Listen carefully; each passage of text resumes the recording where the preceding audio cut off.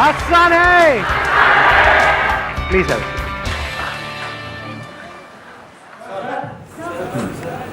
पीछे उनको देना mic. Good morning sir. Good morning. Sir मेरा क्वेश्चन ये है कि fear of losing in whatever role we are playing in life is present. So how can we rule out that fear and channelize our positive energy back? Fear of losing in different spheres of life. You're talking work related? Yeah, The work that you're doing? or any other Relationship role. also? Both. Achha. How we can rule out that fear? You can never rule out that fear, क्योंकि वो fear किस पे based है? Reality पे based है या कोई imagination है?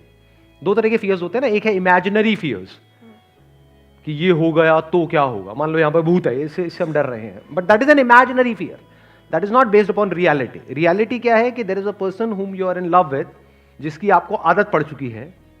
तो जैसे ही हम अलग होने के बारे में उस पर्सन से सोचते हैं तो डर लगता है. इनफैक्ट ये सिर्फ उस पर्सन के लिए नहीं है, किसी भी आदत के बारे में है. हमारे को आदत पड़ जाती है एक पर्टिकुलर सिचुएशन की, कुछ लोगों की, कुछ लोग होते हैं हमारी लाइफ में, कुछ सिचुएशंस होती हैं, तो उसके हाथ से जाने का डर लगता है. तो डर किस पे बेस्ड है? रियलिटी पे बेस्ड है, क्योंकि ये सच है ना, वो पर्सन जा सकता है या जा सकती है. सो दिस फियर, अगर फंडामेंटली आप देखोगे, this fear is not the fear of losing out that particular person और that situation. This fear is the fear of change. हमको बदलाव से डर लग रहा है, क्योंकि ऐसा नहीं है कि वो जो पर्सन है वो दुनिया का आखिरी है, कि जिसके भी साथ आप रिलेशनशिप में, वो दुनिया की आखिरी लड़की थोड़ी है. आखिरी है क्या? नहीं है, और भी है, उससे बेटर भी है. बेटर भी क्या होता है? आपके स्टैंड पॉइंट से है कि वो बेटर है या नहीं है. वही लड़की किसी को अच्छी लग रही होगी, किसी को बुरी लग रही होगी. This is just a standpoint. Main point क्या है? We are afraid of change. तो जब तक we are afraid of change in life, and death is a part of this change. एक तो चेंज है अलग होना, एक है किसी की डेथ भी हो सकती है, कभी भी हो सकती है. तो we are always afraid of change, कि जो नई सिचुएशन होगी, बिकॉज दैट इज अननोन. हमें नहीं पता वहां पर क्या हो रहा होगा. हमें नहीं पता, जैसे बोलते भी हैं लोग कि मेरे को इतनी अच्छी लड़की दोबारा नहीं मिलेगी. अच्छा, इतनी अच्छी है? इतनी अच्छी कहां होती है? कैसी होती है? मैं भी देखना चाहूंगा. हमारा जो फियर है ना, अगर फंडामेंटली आप देखोगे, this is the fear of the unknown. This is the fear of change, कि ये जो मेरी कंफर्टेबल सिचुएशन है, अगर ये बदल गई तो क्या होगा. If you can embrace the unknown, and 99.99% of the life is in the sphere of the unknown. आपकी जो नॉलेज है, that is very very limited. वो तो 0.00001% है, जिसके अंदर आप गोल गोल घूम रहे हो और उसको पकड़ करके बैठे हो. आप कह रहे हो बस यही लाइफ है. अगर ये मेरे हाथ से चली गई, जो भी इस लाइफ में है, लोग हैं, सिचुएशंस है, जो भी कुछ है, ये चला गया तो मेरी लाइफ ही बेकार है. जबकि ऐसा नहीं है. इसके बाहर हो सकता है बहुत कुछ हो, बट हम उससे डरते हैं. तो if you can see this reality कि life is in the unknown, growth is in the unknown, growth can't be in the known. If you can embrace the unknown, unknown जिसको चेंज बोलते हैं, which is the very nature of life, which is the very nature of everything, because nothing is static in life. If you can see it as a fact कि सब कुछ बदलेगा. ये बात अभी समझ नहीं आएगी आप लोगों को इस एज में. ये मैच्योरिटी कुछ पर्टिकुलर टाइम बाद आती है, एक पर्टिकुलर एज के बाद में आती है, जब हम अपनी ही लाइफ को बारीकी से ऑब्जर्व करते हैं कि एक टाइम पे जो ऐसा लग रहा था बिल्कुल लाइफ और डेथ सिचुएशन थी, ऐसा लग रहा होता है कि इसके बिना तो मेरी लाइफ ही नहीं चल सकती. सब कुछ खत्म हो जाएगा. कुछ भी खत्म नहीं होता है. लाइफ चलती रहती है और बेटर होती रहती है, अगर अंदर से आप सीख रहे हो, अंदर से आप ग्रो कर रहे हो. अगर वहीं पे स्टक हो गए हो, जो पास्ट में कुछ था, बस उसी में आप स्टक हो गए हो, तो you are not changing with life. Life बदल गई है, लेकिन आप नहीं बदल रहे हो. If you constantly change with life, there is no fear. उस चेंज में क्या आ गया? सब कुछ आ गया. कुछ भी बदल सकता है, कुछ भी हो सकता है. If you are actually okay for everything, मतलब कि बहुत स्ट्रगल करके एक लेवल पे आप पहुंचे हो, वो सब कुछ अगले दिन खत्म हो सकता है. If you are okay with this, not theoretically but actually, ये पर्सन है, जाता है चला जाए, जाती है चली जाए. If you are actually okay with it, तो कोई प्रॉब्लम नहीं है. Then there is no fear. Then you are living a fearless life. इसी को फियरलेस लाइफ बोलते हैं. सर कभी जो हमारे सर साल 2 साल पहले सर जो ड्रीम्स थे कि हमें ये अचीव करना है, ये अचीव करना है, तो सर एकदम कभी ऐसा टाइम आता है सर एकदम पाथ डिफरेंट हो जाता है, लेकिन सर फिर वो उन ड्रीम्स पे सर क्वेश्चन मार्क लग जाता है कि हम वो अचीव कर पाएंगे नहीं कर पाएंगे, तो सर इसको कैसे ओवरकम करें? पाथ डिफरेंट हो जाता है। Yes sir. तो उसमें बुराई क्या है? अभी वही तो मैं बात कर रहा था, चेंज बदल जाता है। हमको ही जो इंटरेस्टिंग लग रहा होता है, फॉर एग्जांपल बचपन में हो सकता है आपने होली के टाइम पे बहुत गुब्बारे मारे होंगे, मारे थे नहीं मारे थे? Yes sir. मारे थे। अभी मारते हो? नहीं सर। नहीं मारते, क्यों?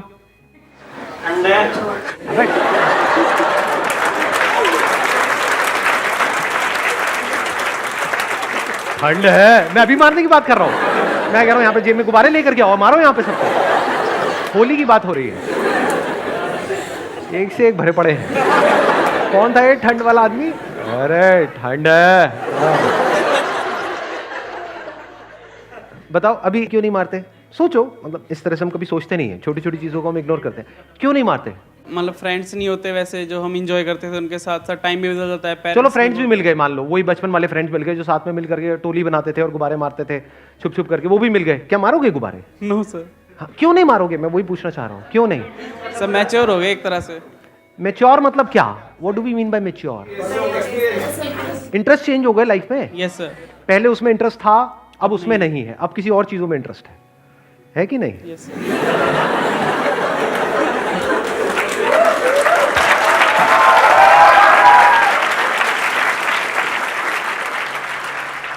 पहले होली के रंग में रंगते थे, अब किसी और रंग में रंगते हैं, है ना? हंस क्यों रहे हो? पता नहीं कहाँ के कहाँ चले जाते हो।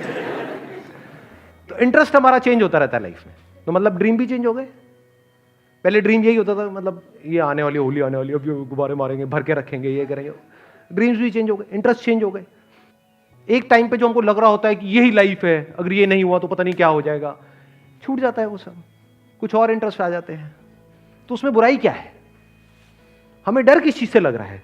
क्या चाहते हो? लाइफ कैसी होनी चाहिए कि एक कुछ आपके माइंड में कोई ड्रीम आया, वो भी ड्रीम किस एज में आया? एक बहुत ही यंग एज में, जब आपने लाइफ को एक्चुअल में एक्सपीरियंस ही नहीं किया है, कुछ देखा ही नहीं है, एक्चुअल में पता ही नहीं है लाइफ क्या है। वो ड्रीम भी आपके अपने नहीं है, किसी ना किसी ने आपके माइंड में फीड कर दिया है। अपनी फैमिली में देखा किसी अंकल को या किसी को, होते नहीं है ऐसे फैमिली में कुछ अंकल, ऐसे अंकल सबके होते हैं कि ये किया उसके बाद में बहुत आगे चले गए। मान लो सीए किया और आज बहुत पैसा है उनके पास में, तो मुझे भी सीए करना है। यही तो होते हैं आपके ड्रीम। और क्या होते हैं? ऐसे नहीं बनते हैं। बट जब एक्चुअल में सीए करना शुरू किया है ना, हाँ चलो फाउंडेशन तो हो गया, उसके बाद में इंटर में अटक गए, चलो इंटर भी हो गया, और फाइनल में अटके पड़े हैं, इंटरेस्ट ही नहीं आ रहा है। तो उसकी वजह से क्या हो रहा है? अब हमारा ड्रीम चेंज हो रहा है। अब हमको डर लग रहा है।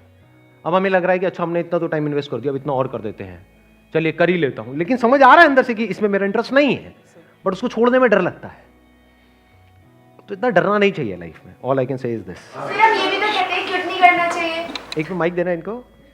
जैसे अभी आपने कहा कि उसको मतलब छोड़ने में डर लग रहा है, हम कर नहीं पा रहे, तो एक पॉइंट तो हम ये भी कहते हैं कि हमें क्विट नहीं करना चाहिए। तो फिर सर मतलब कुछ जगह पे छोड़ना बेटर होता है, कुछ जगह पे छोड़ना नहीं बेटर होता है। फॉर एग्जाम्पल शादी में भी ऐसा नहीं है you must never give a divorce. समझ गए ना? क्विट का मतलब क्या हुआ? डिवोर्स अलग हो गए। जब समझ आ रहा है कि you are not compatible, you are not made for each other, you can't live with each other, you can't stand each other, तो वहां पर क्या करना है? We must never quit. चाहे कुछ भी हो रहा है साथ में चलते चले जाओ। देखो समझना, एक है, ध्यान से समझना इसको। मैं पहले शादी के एग्जाम्पल से फिर करियर में लिंक कर दूंगा, वहां पे आप बड़े अच्छे से समझ पाओगे। देखो एक है शादी में छोटी मोटी प्रॉब्लम्स आ रही है, शुरू में जो आती ही है। ऐसे ही किसी भी करियर को हम चूज करते हैं तो शुरू में हमको प्रॉब्लम्स आती हैं। अब पता कैसे लगेगा वो छोटी प्रॉब्लम्स है और पता कैसे लगेगा वो बड़ी प्रॉब्लम्स है? लगाओ थोड़ा सा दिमाग। शादी में तो बड़ा क्लियर है उसको डिफाइन करना। मान लो ट्रस्ट से रिलेटेड इश्यूज हैं, रिस्पेक्ट से रिलेटेड इश्यूज हैं, ये सब क्या है? छोटे इश्यूज हैं, बड़े इश्यूज हैं? बड़े इश्यूज हैं। ऐसे करियर में क्या है बड़े इश्यूज और क्या है छोटे इश्यूज? अगर करियर में कोई बहुत बड़ा इशू आ जाए तो क्या उस करियर पे स्टिक रहना चाहिए, छोड़ देना चाहिए? छोड़ देना चाहिए। अगर छोटे मोटे इश्यूज आए तो उसको फेस करना चाहिए। अब छोटे इश्यूज क्या हैं और बड़े इश्यूज क्या हैं? फॉर एग्जाम्पल आपने कोई करियर चूज किया है और पढ़ाई में मन नहीं लग रहा है, ये क्या है? ये बहुत बड़ा इशू है, छोटा इशू है? बहुत छोटा इशू है, क्योंकि पढ़ाई में तो आप कुछ भी कर लो मन लगेगा ही नहीं। ये करियर ना लेके कोई और करियर लोगे, वहां पे भी पढ़ना तो पड़ेगा ना, एजुकेशन तो चाहिए, वहां मन लग जाएगा क्या? इसमें नहीं लग रहा, उसमें भी नहीं लगेगा। अच्छा, बड़ा इशू क्या है?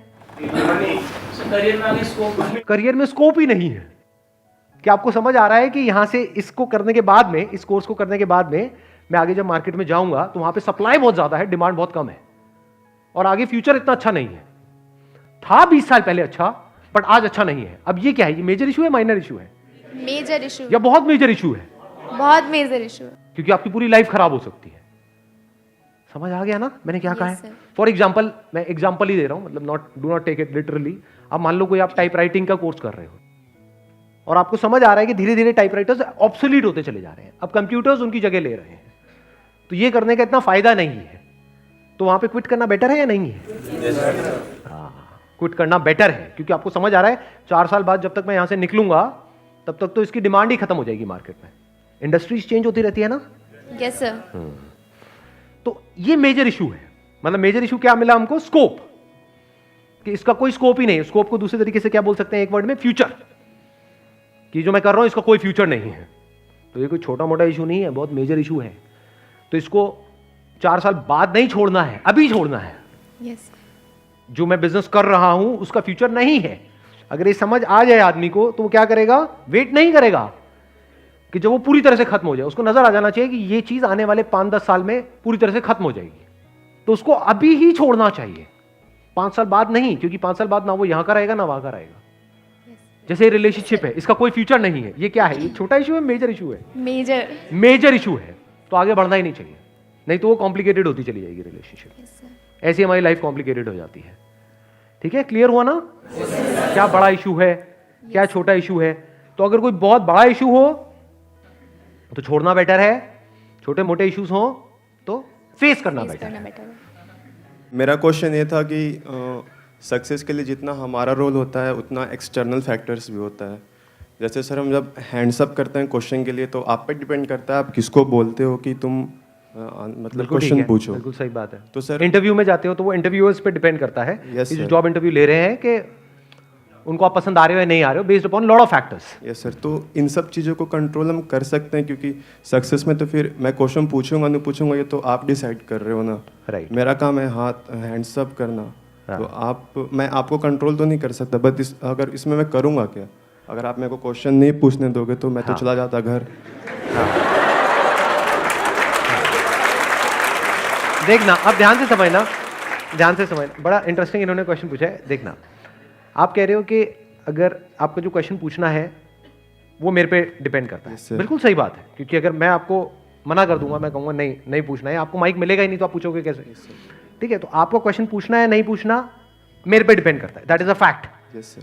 अच्छा, आप क्वेश्चन पूछोगे, ये सक्सेस है, ये किसने डिफाइन किया?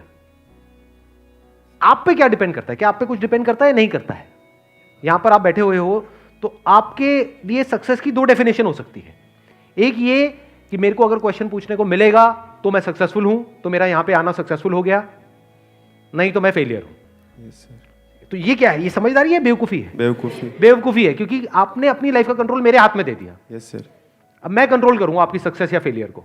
मैं जब चाहे आपको सक्सेसफुल बना दूंगा, जब चाहे फेलियर बना दूंगा। Yes sir. उसमें भी आपने और आगे डिफाइन कर रखा होगा अपने माइंड में कि अब मैंने क्वेश्चन पूछा, अगर तो मेरे क्वेश्चन का बहुत अच्छे से आंसर मिला तो मैं सक्सेसफुल हूं, अगर मेरी झंड हो गई तो बेवकूफ़ तो मैं महा फेलियर हूं। पहले तो मैं फेलियर था, अब तो मैं महा फेलियर हूं, क्योंकि कैमरे में लाखों लोग देखने वाले हैं और इतने लोगों के सामने मेरा मजाक उड़ गया है कि नहीं? ये सब कौन डिफाइन कर रहा है अपने लिए? आप अपने लिए डिफाइन कर रहे हो। Yes sir. लेकिन ये डिफाइन करने का तरीका ठीक नहीं है।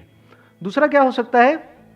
क्वेश्चन पूछने को मिले ना मिले इससे फर्क क्या पड़ता है? मैं यहां पर किस लिए आया हूं? कुछ सीखने के लिए आया हूं। Yes sir. कोई पूछने के लिए थोड़ी आया हूं, सीखने के लिए आया हूं। तो अगर मैंने आज यहां से एक भी ऐसी बात सीखी जिससे मेरी लाइफ को एक अलग डायरेक्शन मिले तो मैं सक्सेसफुल हूं। Yes sir. Yes sir. अब ये सीखने की जो रिस्पॉन्सिबिलिटी है वो किसके ऊपर है? मेरे ऊपर। या ये कह लो, ये जो सीखने का कंट्रोल है, सीखना which is linked to changing your life, तो अपनी जिंदगी को बदलने का कंट्रोल किसके हाथ में आ गया? मेरे हाथ। पूरी तरह से आपके हाथ में आ गया। सर। आपको सीखना है सीखो, नहीं सीखना मत सीखो, मेरा उसमें कोई रोल नहीं।